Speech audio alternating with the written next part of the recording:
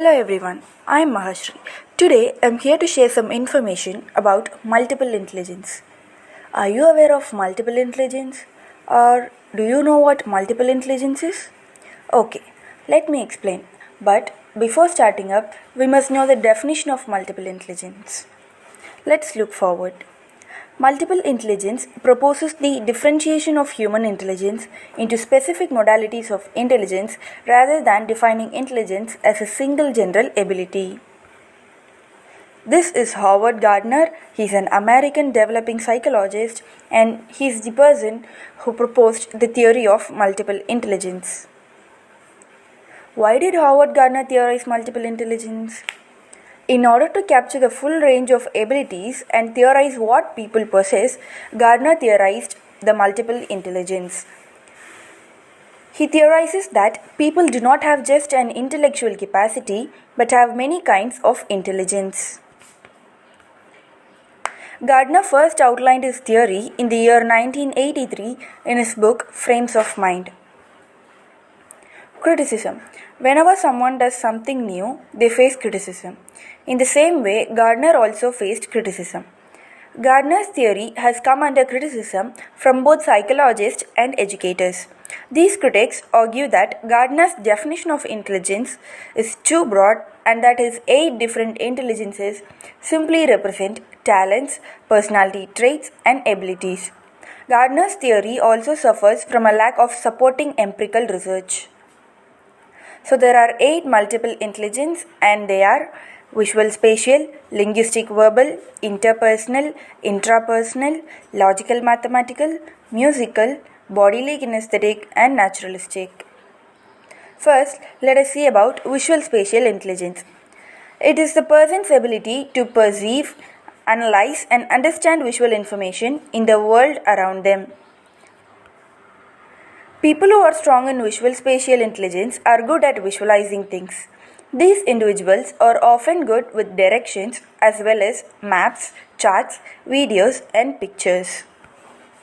Second is the linguistic verbal intelligence.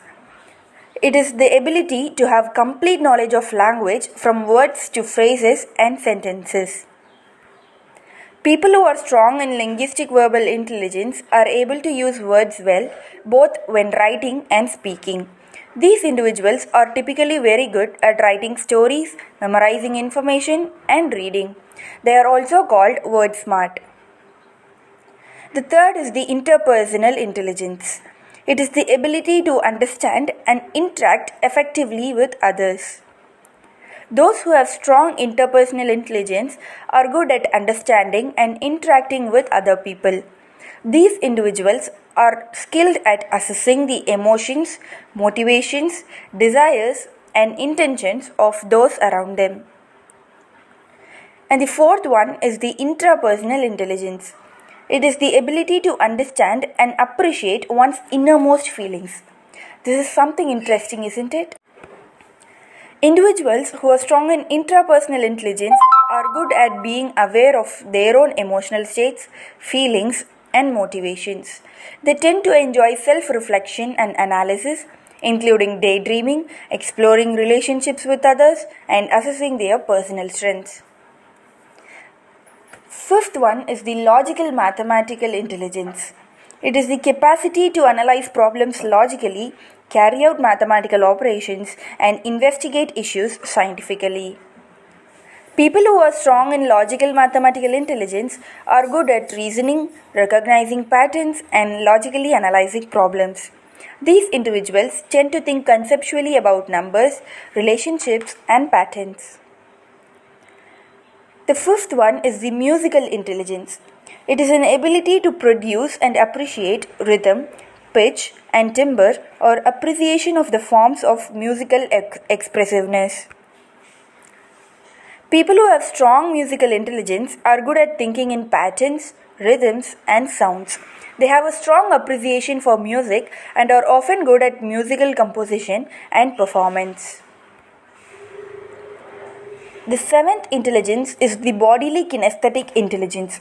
It is the capacity to manipulate objects and use a variety of physical skills, including athletics, crafts, dancing, acting, using tools, and etc. Those who have high bodily kinesthetic intelligence are said to be good at body movement, performing actions, and physical control. People who are strong in this area tend to have excellent hand-eye coordination and dexterity. Next and the last one is the naturalistic intelligence. It is the eighth intelligence and it is the ability to identify, classify, and manipulate elements of the environment, objects, animals, or plants. According to Gardner, individuals who are high in this type of intelligence are more in tune with nature and are often interested in nurturing, exploring the environment, and learning about other species. These individuals are said to be highly aware of even subtle changes to their environment. And there is a recent addition to Gardner's multiple intelligence theory, and it is the existential intelligence.